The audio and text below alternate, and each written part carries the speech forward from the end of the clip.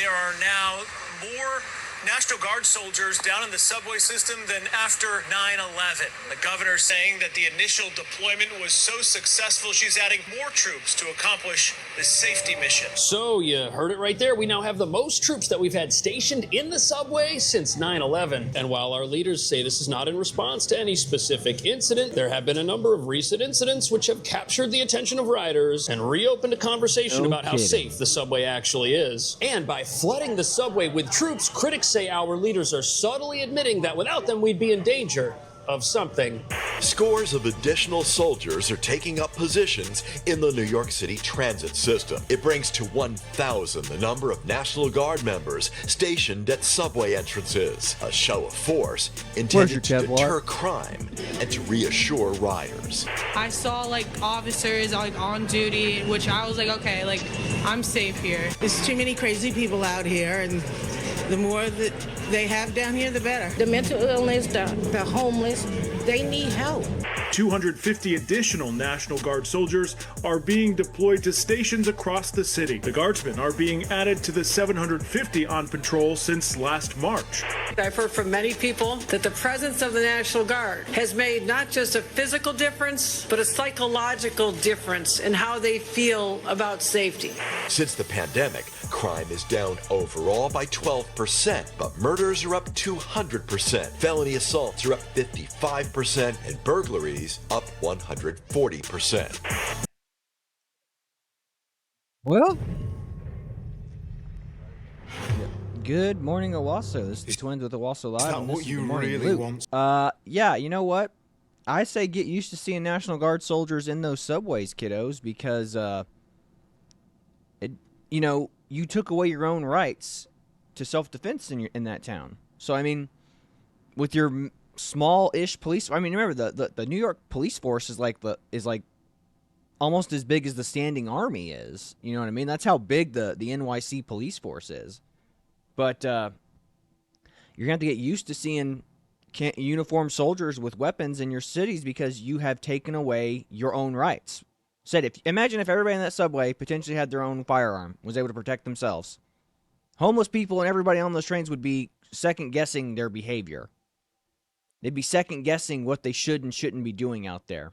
So, again, it's funny. We did the Kathy Hochul video last week. We showed our little makeshift memes of, like SpongeBob, Kathy Hochul deploying the National Guard. It's like, we did it. We saved the city. It's like, if you have to deploy troops to save your city, there's something wrong culturally and socially with your society. There's a bigger, deeper rooted problem with what's going on. But again, they don't want to look at that. They just want to go, oh, well, what's the word? Everyone has their own job. Every person in society serves their own purpose. It's like, and as a citizen, your purpose isn't to feed yourself, house yourself, protect yourself. It's just do whatever your little drone job is to do. It's like, let the soldiers protect you. It's like, dude, the soldiers, we're supposed to be a foreign defense. We're supposed to protect you against enemies that are foreign. I mean, and domestic too, but the fact of the matter is, you have legislated your rights away, and now the governor has to deploy troops in order to protect you. That's sad. And like I said, and again, it's all because of the government too. It's all because of government policy. Remember, all cultures are equal, everyone. I mean, we can literally point, at one event that turned this whole thing around, and it was that girl being set on fire in the train.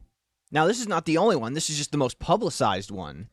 Remember, longtime Democrats were saying, hey, this is actually the best case I've ever seen for the Second Amendment ever. A woman being burned alive while the police officers stand around and do nothing. I understand, too. It's like, what is a police officer going to do? Like, I can't put her out. I don't have a way to put her out. She can stop, drop, and roll all she wants. She's stop, dropping, and rolling on concrete. So, it's sad. It's sad that this is the society that New York has cultivated. And again, that the thumbnail Chad has created here is great. It's a little bit blocked out, but it's National Guard deployed NYC subway, or redeployed to the NYC subway. And it's the dog sitting in a burning house meme, and it's Kathy Hochul. Chad's put her face over it and goes, "This is fine. Everything's fine." You know, it's like, again, she posted that tone-deaf video about going, "I'm riding the subway and I'm going shopping for my granddaughter." It's like, she had armed security with her. Yeah, she's fine. Don't think any homeless bum's going to come up to her and be like, "Kathy Hochul, I got something to say to you." Like, that's going to be like, "Sir, step away from the Madam Governor." You know, it's going to be like, that's what it is, man. Tone deaf. Stupid. Yeah. And, I mean, absolutely ridiculous. That's why I made that one. It made complete sense for what's been going on. I mean, even the other ones that we made, you know, the SpongeBob one we made the other day, it's like, you know, her little video about how the subways have never been safer than ever. And then you just see SpongeBob, Patrick, "We did it, Patrick. We saved the city." It's so perfect. And again, she was just like, the subways in New York, crime is down and the subways have never been safer. Literally a day later, we're deploying the National Guard. And like I said, those are citizen soldiers, guys. Those are that could be your next door neighbor. And guess what? They're not working and doing a job in society that is, no, don't get me wrong, being in the National Guard and serving your country is a very useful thing. But you know what's more useful? When you're helping out your local economy by being involved in that business, by being involved in local business, helping drive business. They could be doing better things by being involved in their actual job outside of the Army. But now they're wasting their time protecting you, and you're paying that salary for them. They're full time now. Like, when they're activated, we are all paying them their full time. Granted, it's the state's paying them, so New York State is paying those National Guard soldiers to be full time soldiers now, full time activated soldiers, until Kathy Hochul decides, hey, we don't need them anymore. Mm-hmm. So now they're out of the workforce, which is it's destroying the local economy because they're no longer helping whatever local business that they work for. And now they're not helping your local business drive more money. And on top of that, since they're out of the workforce, you're now paying them to be activated. Yeah. They're getting full-time pay now. Mm-hmm. So think about that. Like, all it does when she activates the soldiers, it takes them out of the economy, helping generate business, and it takes money out of your pocket to pay to keep them activated. Mm-hmm. Which brings me to this first video that I have pulled up right here. And I'm talking about how that guy that set that woman on fire was an illegal immigrant that was deported and then snuck back into the country again to set that lady on fire.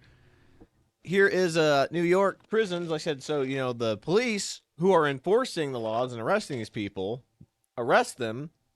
And then the jails and the judges are refusing to actually prosecute, or that they're going to follow these rules that ICE has put in place. So check this out. So ICE has issued a new immigration detainer for Zepeda, but says the New York City Department of Corrections has indicated they will not honor the request. The indictment against Zepeda will be officially unsealed on January 7th, when we expect him to appear back in court. As for the woman killed, the district attorney says investigators are making progress using advanced fingerprinting and DNA evidence to confirm her identity. Anita. So ICE has issued a new immigration... Yep. So you hear that? He's not even going to be prosecuted the way that he should be. He's not going to be prosecuted to the full extent of the law. Any immigrant that does anything should be charged double. Like I said, especially if you kill our citizen, there should be no wait line. There should be it's like, no, you get death penalty immediately. Like you're saying, I mean, we have it recorded. We have people filming him fan the flames on her. Mm-hmm. I mean, he should be express lane executed. Yep. He could be burned alive. That could be his punishment. And like I said, here's something that you sent me, which is completely relevant to this. Let me restart it real quick. This is The Simpsons being profound. I mean, like, even the left-wing Democrat Simpson writers are smart enough to realize the truth about this. Mm-hmm. I mean, they probably did this as a joke going, oh, no, it's only partially true. No, it's totally true. This is 100% true. Watch this. Back. You can't keep the Democrats out of the White House forever. And when they get in, I'm back on the streets with all my criminal buddies.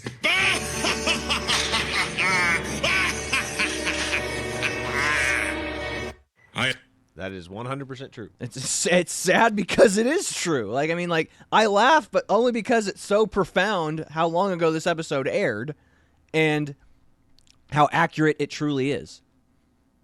I mean, Democrats are pro-criminal.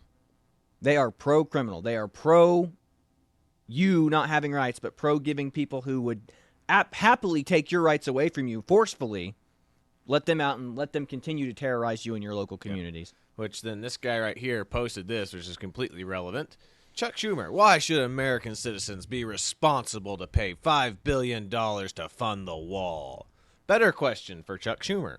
Why should American citizens be responsible to pay $155 billion annually to make sure illegal immigrants are taken care of by Americans, taken care of better than American citizens? Yeah, I agree. Every single person, I mean, with our absolutely ridiculous social programs and social welfare programs, like, these people come in and they're making more money than they ever thought. That they're receiving more money in benefits than they ever received in a paycheck from their home countries. Mm-hmm. Again, guys, our poorest people in this country live like kings comparatively to everyone else in the world. Yeah. And our robust social safety programs through EBT cards and... EBT cards, yeah. Yeah, I mean, it's ridiculous. I mean, like I said, guys, you can buy soda with EBT cards. Like, if you're buying anything other than water and you're in welfare, I mean, again, that's like the old joke is like you got a wheel of government cheese and bread. Because those are just the bare minimum things you need to survive. That's what happens when you don't make smart financial decisions. You get the bare minimum. You give bare minimum efforts, you get bare minimum results. Mm-hmm. So I don't know. It's just ridiculous, folks. It's absolutely ridiculous. And like I said, again, the most successful pay for the most unsuccessful. And again, it's the people who make the smartest decisions pay for the people who make the worst decisions. Yep. That's not fair. Which brings me to my next video that I pulled up here, which is J.D. Vance on Joe Rogan, which we already went over this a long time ago, but this is just so relevant, especially with the whole Elon Musk HB1 situation kind of going on. Mm-hmm. Where it's like, yeah, these people are, these corporations are like, yeah, the illegal immigrants that work for us or the HB1 people work better because they're essentially slave labor. Like, so the Americans are like, we want better pay, we want, more vacation, whatever it is, and like, yeah, so like, oh, they're greedier, again, the corporation, they're greedier or lazier. It's like, no, the other people are wanting to stay so badly they will do anything to stay, so you can take full advantage of it. Here's J.D. Vance on Joe Rogan. Go ahead. There is a massive corporate lobby for cheap labor in the United States of America. And that is, I think, the main thing that's going on. Think about this. If you've got millions of illegal aliens, okay, let me tell you a story. In 2017, 2018, when I was in the private sector, I was at a business conference dinner, and I was seated next to the CEO of one of the largest hotel chains in America. This is, I think, probably 2018. And the guy is going on and on about how much he hates Donald Trump. And I'm like, oh, that's interesting. Like, why do you hate Donald Trump so much? Because again, I was sort of a Trump skeptic in 2015, and at this point, I was kind of starting to really get on the Trump train.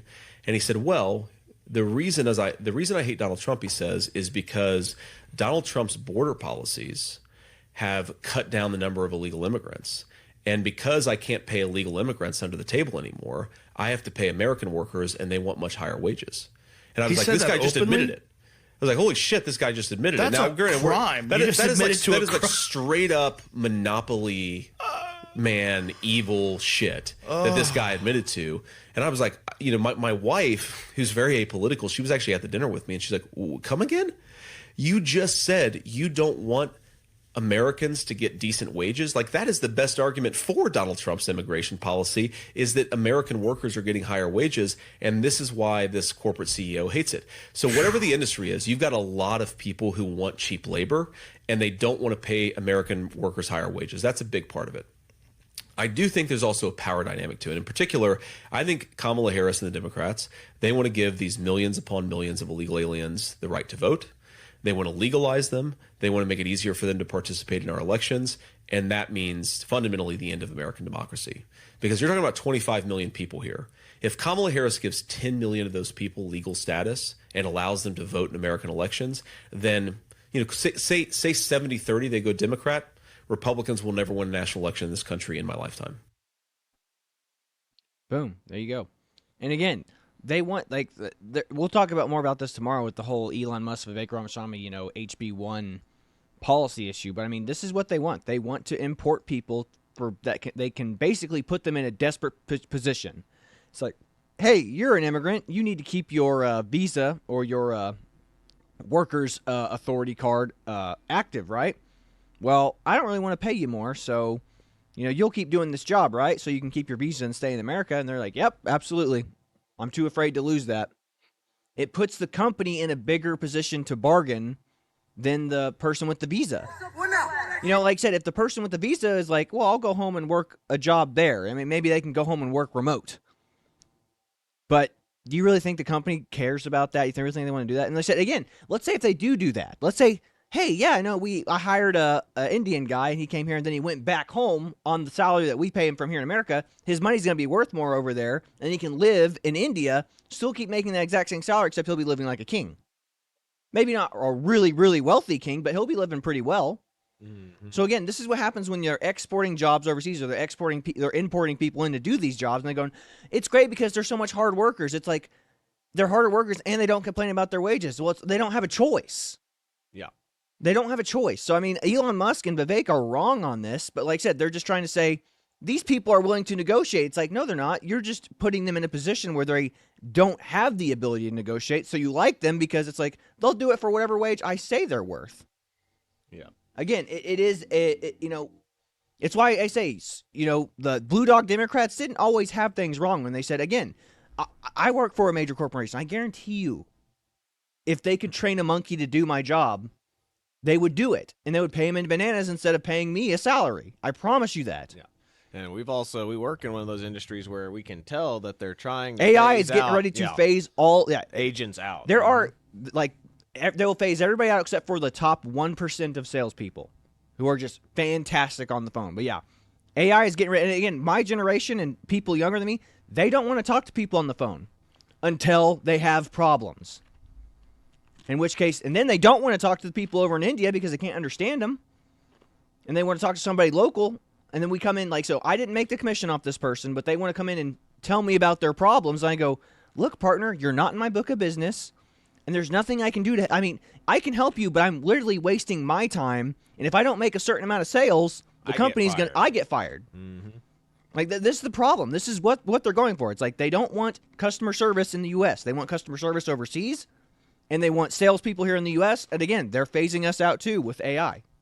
Because I've had multiple people who just bind their own policies online. Yeah. The future is here, and it's coming way faster than you think. Then let's not get into the fact that they don't understand their policy coverages. I mean, like that little girl that called you that's like, I have liability only. My car's covered, and if it gets caught on fire, right? And you're like, you have to break that news. Or like, no, because you didn't understand anything about insurance, your car is not covered. You binded your policy online. You got the cheapest insurance rate you could get, which is liability only. You don't have comp. Your car is on fire in that parking lot. That's not covered under liability. Liability is just covering the person you hit. And I had to explain this to some poor girl who's literally having a breakdown on the phone going, what am I going to do? I'm like, I don't know. You're not even technically my customer. Mm-hmm. I mean, you are an Allstate customer, but you're not in my book of business Allstate customer. You just happen to get, I mean, seriously, it's like, but I mean, it's our office, it's like our office. Like we have the best customer service record in town. So whenever people see it's like they see the reviews, like, well, this is the one that has the longest track record here in this community, and they have the best ratings online. That's because all the other ones send their work stuff to us. Or they're working from home or whatever. Yeah, they close their office and they work from home so they don't have to ever talk to their customers in person ever again. Exactly. Yeah. But this is the future, folks. This is the future. This is the future the Democrats want. This is the future, and it may be the future that's coming anyway. I mean, everybody's going to be working from home. There's not going to be a brick and mortar places anymore, and we're just going to have Amazon deliver everything to us. I disagree. I hope the human element, I think, is just too popular. People like a face-to-face. It is. But like I said, that's what they're doing. They're training our generation, the millennials, and the generation younger than us, to just do everything online. Correct. And it's like you said before. It's like you should be able to call somebody, and that one person you're talking to should be able to solve all of your problems. That's how you know if it's a good business or a bad business. I agree. Yeah, absolutely. It's like I like going to Shields. It's like go there, I can try on this hoodie, put it on, like, I like this. This feels nice. It's comfy. It's like if I ordered off Amazon, I don't know what it can give me a description of what the material is made out of, but I don't know how comfy it's going to be, how it's going to feel, or if it's even going to look like that when it gets here. Yeah, exactly. Like, and then you get it, it's the wrong size, wrong color, or whatever. They right? shipped Or it it's to not the comfy. wrong address. Or it's not comfy. Mm-hmm. Exactly. But sorry, yeah, we went off on a tangent there. Sorry, folks, but next it's thing, true. Yeah, it's true. Next thing I pulled up here is now I don't know how true this is because this is just a Twitter post, and this is from No, I saw there was another post about this. I actually might have sent you, but I've seen multiple things that concur with this. So. Okay, so then here's what it says.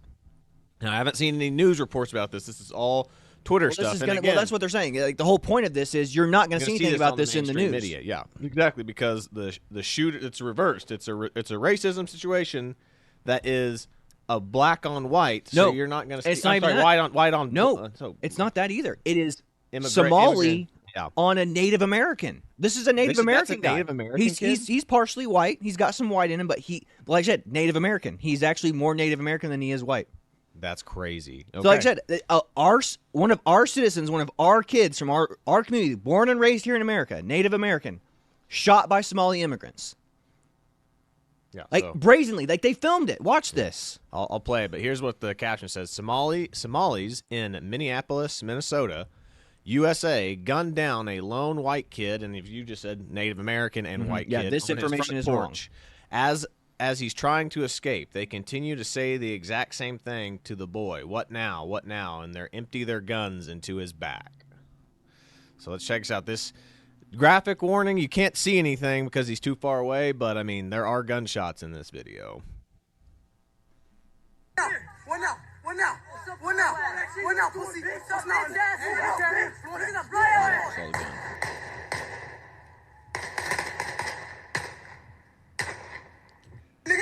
These are people we gave asylum, people we gave refuge to. And how they repay it? By shooting one of our citizens in the back. They might have had a tussle, they might have had disagreement at school or just walking back from home, but it doesn't matter. When a kid gets home, walking in, he is literally turning his back and going, I don't want to be a part of this anymore. Because I mean, it's like, there's obviously a bunch of them there and only one of him.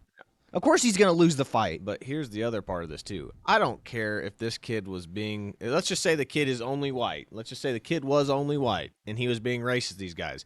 That does not justify you murdering them. Words do not justify violence. Yeah. At any case. And that's the problem, is the left is the exact opposite way of thinking. Words are violence. Yeah. Words are worse than genocide. Words are genocide. I mean, that's the whole point. Is like the left is literally right now justifying that CEO of murdering people, and they're justifying it. And look at this. This is the same thing. They would justify this. They go, "Well, I bet you that kid was being racist to them, like that Nick Sandman kid at the Have you Washington ever seen a Monument more punchable face?" Yeah, the left always justifies violence against the right. Yes, absolutely, every time. And I said, this is just a kid. This is a teenager. Shot and killed in Minnesota by Somalis. I mean, these kids should be given the death penalty, all of them. Our country gave them asylum, gave them refuge. And guess what? This is what they do. This again, all cultures are equal, everybody. They're all just, every immigrant's just an innocent baby angel Aladdin. Bring them in. They won't do anything wrong. Yep. And then that brings me to the next one that you have sent me over here, which is this one right here. No outrage over this poor little girl, and a black girl being killed by any of the Black Lives Matter or the left-wing protesters, nothing. Yep. This girl was killed by an illegal immigrant.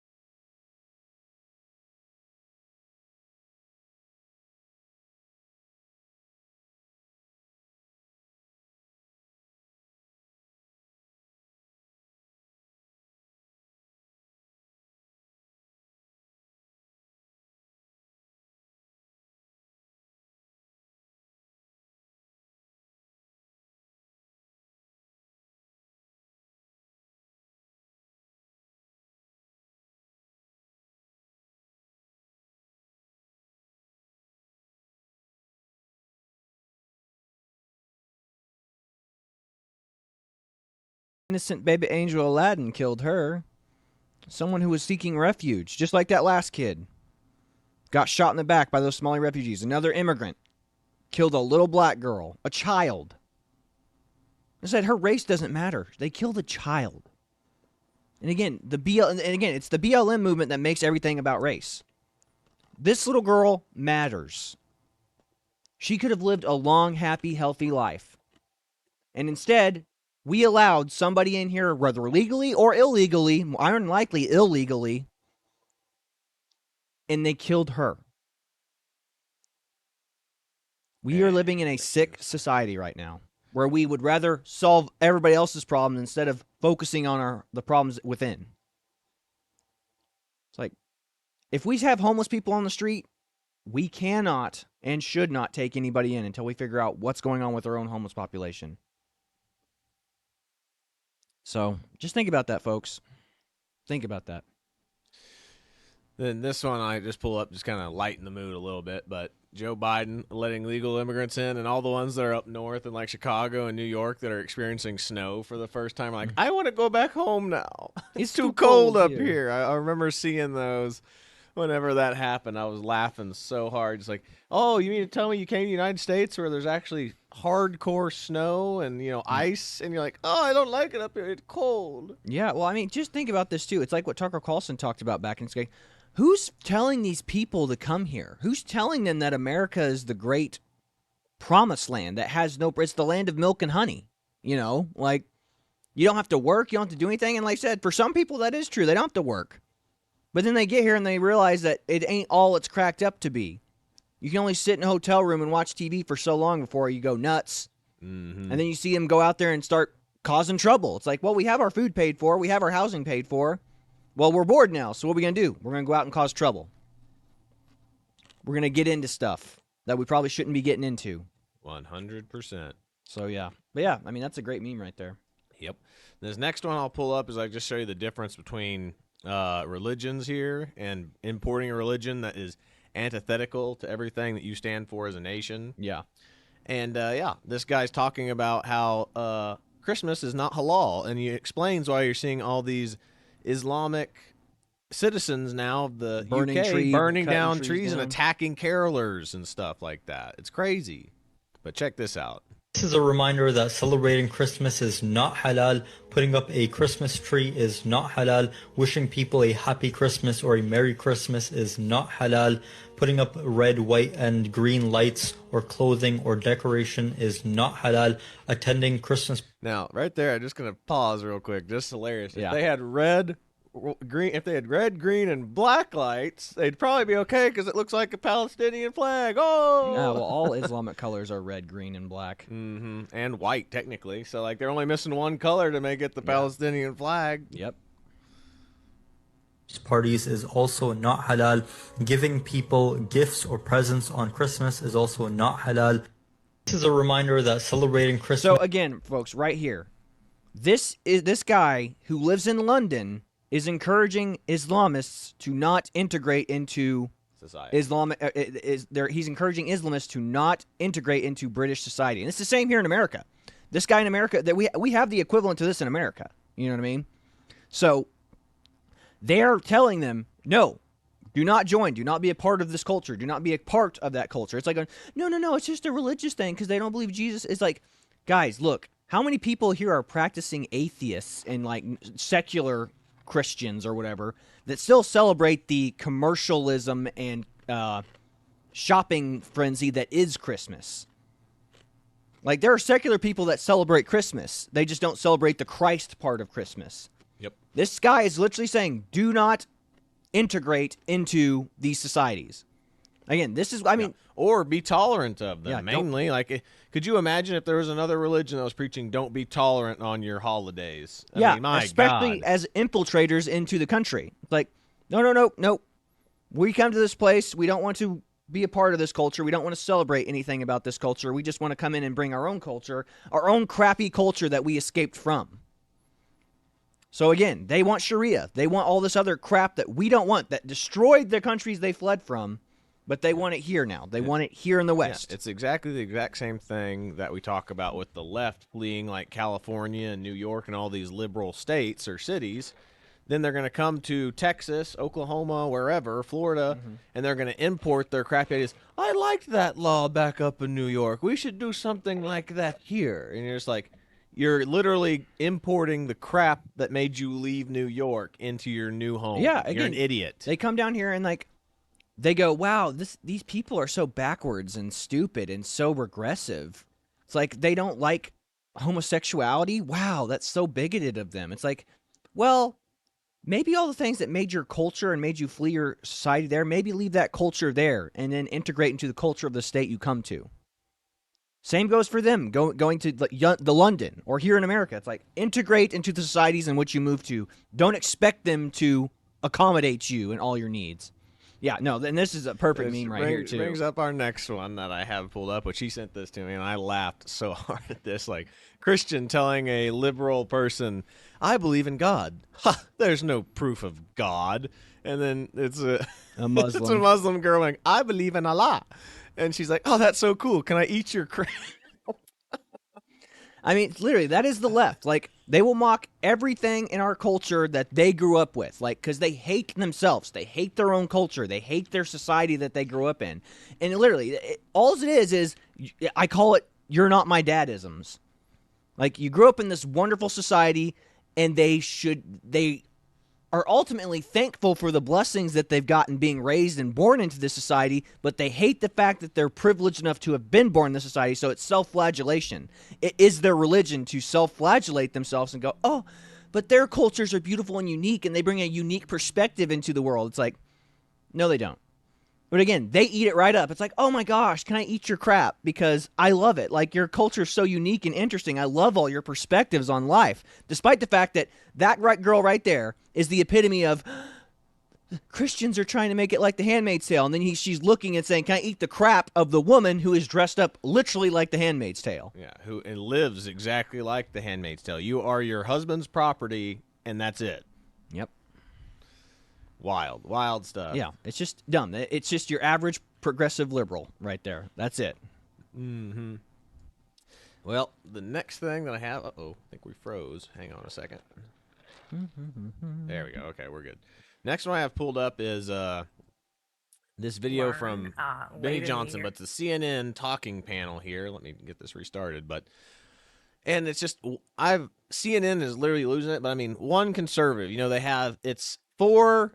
left-wingers against one conservative on CNN. That's how it's always been. I mean, and the deal is Fox News is no different. They usually do the same thing. You know, it's like it's one liberal person versus like 4 Fox News contributors or whatever. But yeah, this guy is wrecking all their arguments. I forget his name. They'll say it in here, but I forget his name. Scott Jennings. There it is right there. Scott Jennings just wrecks this CNN panel talking about immigration, Biden's pull out of Afghanistan. Like, they're talking about, oh, he's had a great presidency. He's had like absolutely no fault, no issues. controversies. Just like Obama's like Obama had 0 scandals during his presidency. It's like if only because you didn't report on it. Yeah, if you really want to see like the left wing being very hypocritical and you like talk about how Trump is completely bad, but you ignore all this stuff, this guy literally like opens, like, you can tell it gets very quiet. Usually, like I said, they jump on him immediately. Like, that's not true. That's not true. Like, they're literally just like all sitting there like, yeah, like that for once. I mean, and that never happens on CNN. Yeah, let's give it a watch. All right, get me full screen it real quick, and I'll transfer screens. Boom. But Joe Biden's record with regard to the things that he's accomplished, I think will stand the test of time. Now, what my dear friend Scott and others will talk about, and quite frankly, I'm going to say this, rightfully so, it was very disturbing to learn late in the year about just how poor his health has become. And like many, I did not realize that it had gotten to that point. That being said, I think he showed up for the job. He got the work done. I think some of the accomplishments also in the Middle East and foreign policy will also stand the test of time. You think the Middle East is in better shape today than when he took office? Well, I think he got our hostages home. I think that's a big deal. I think it's important. I'm sorry, which hostages? He's gotten a number of people home. He was able. There's still 100 people over there. Well, there were more than including some Americans. Look, I think he's gonna leave office in disgrace. The Hunter Biden pardon was disgraceful. He's going to be remembered largely for inflation and for the disastrous Afghanistan pullout. And I think as we continue to, we're just getting the first draft of this now, but as we continue to learn about the massive cover-up that went on, not about his health, but about his mental acuity, to cover that up, the efforts that were undertaken by the White House staff, by his family, not in the last couple of months, but for all 4 years, I think it's going to be a really ugly chapter. It's a diminished presidency because of it. And I think we still don't know the full extent of what they did to try to hide what they've been doing over in the West Wing. So I think leaving it. Yeah. That was good. 100%. Yeah. Absolutely. And like it's the first time I'd ever seen a CNN panel be that quiet for an entire like lecture. Mm-hmm. They're actually having to process what he said because they've never had to think critically about the scandals of the things the media didn't cover. You know, the stuff that's come to light recently. It's like, oh, remember, it's like what I've told you this before. You shouldn't be as concerned about what the media is covering as you should be concerned about what they aren't covering or the details in the story that they're not telling you. Again, it's all about the narrative. What detail can we omit to make it seem like it's a racial narrative? Like I said, like the George Zimmerman thing. Like no one knew that George Zimmerman was even Hispanic. Yeah. He's a white guy. He's the first white Hispanic American in history. Mm-hmm. So again, it's the details they don't tell you about. It's like whenever they say, you know, who was the kid? Michael Brown. Yeah. He's the innocent baby Angel Aladdin who just got shot in the back running away. It's like, no, his DNA was found on the gun, as in not just like, as in the fact that he got shot and his DNA blew back onto the gun from like blood squirts. We're talking they found his fingerprints on the gun of the officer because he was trying to strong-arm take the gun away from the officer. So again, it's the details that they don't tell you. Same as details with Barack Obama. They don't tell you that he bombed his American citizen in Yemen, a country we're not at war with. They always happen to glass over Fast and Furious, where they lost over like what $100,000 guns worth of weapons to the cartels in Mexico. They're like, don't worry, we'll be able to track them. Like how? Apparently Would you not. put chips on them? Yeah. We have advanced weapon technology, but I mean, old school firearms not that advanced. So yeah, it's ridiculous. But yeah, what else you got for me? Well, I also just pulled this back up, but of course, all the mainstream scandals, hoaxes that came up during the Trump years right here. How many did you fall for? And like, look at all these. Go.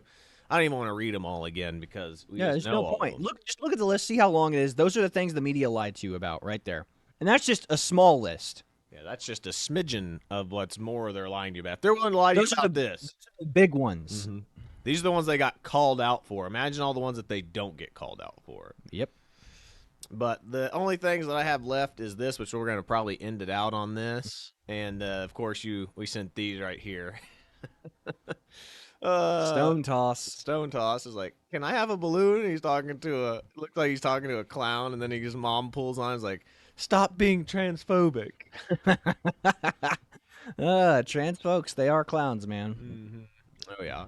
And then the next one here is how it was back in the day. Then I'm a homosexual, and his parents are disappointed. And then now it's I'm homophobic. How could this be? How could this be? I'm so disappointed. Again, guys, this is the double standard of society. Like, I mean, how quickly society is flipped upside down on its head. It's crazy. Yeah. And again, I don't even know. I don't even know what to say to that. But that's the upside down world we're living in now. Mm-hmm.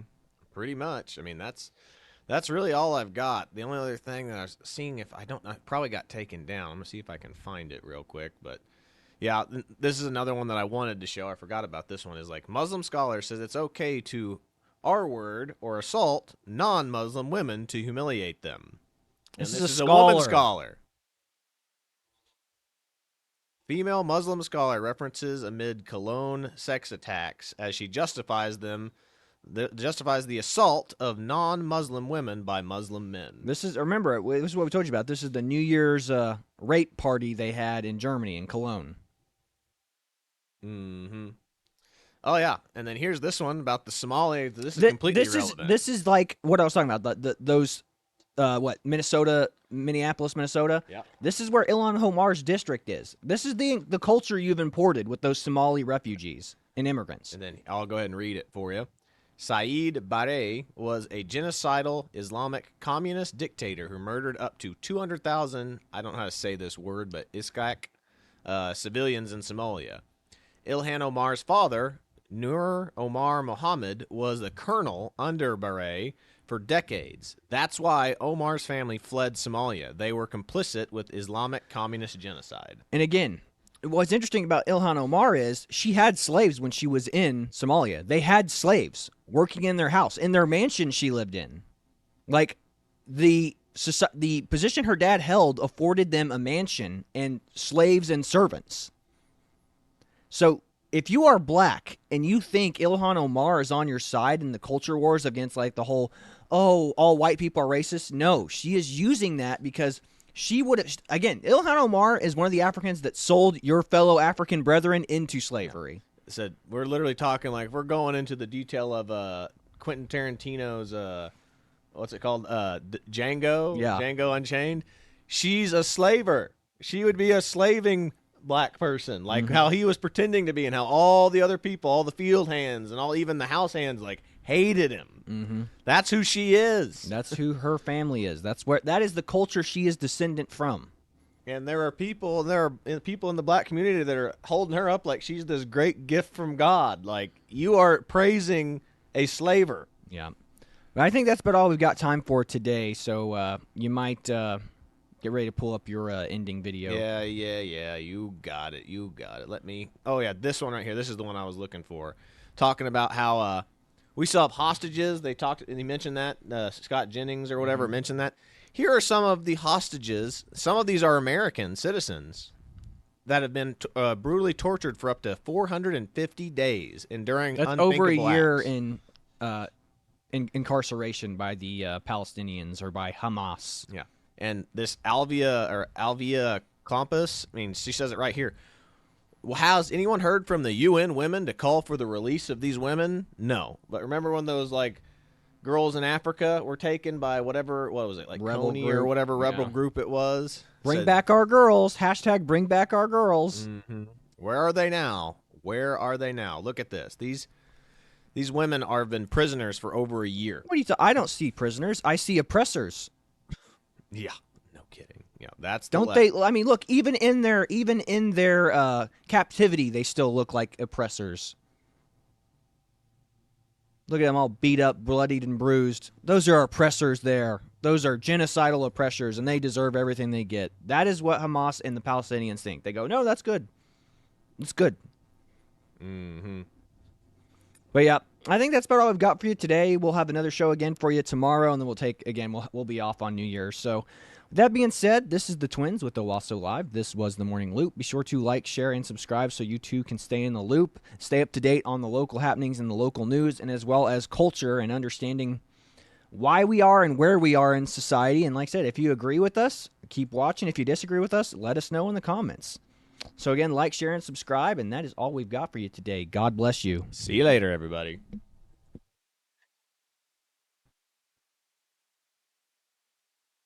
Patrols, three-person patrols, we're all together. We're walking through the cars, which is something the police no longer do. Notice there are no mental health workers, there are no crisis intervention. They have all these fancy names. I never see them. And we spend millions of dollars on my day. Our job is, A, do a wellness check on a homeless person. If they're homeless or emotionally disturbed, see if they're okay. If all of a sudden we walk into a situation where there's an episode, which oftentimes happens, we have to calm it down. A lot of times, these homeless and emotionally disturbed persons, they know of the guardian angels. We can have a calming effect. We can also bring the situation to the attention of cops on the platform. If there are cops, you're going to probably see them on the platforms. Generally, that's why we always stick our heads out at the station, and we always check to the north, to the south. If there are any police officers, we would hold the door open, tell the conductor, we need the police presence here. Citizens won't do that because unfortunately the Daniel Penny effect has frozen them. They're not going to get involved. I've seen grown men who normally might have gotten involved. They're just not getting involved any longer. We train. This is what we do. We know how to do it.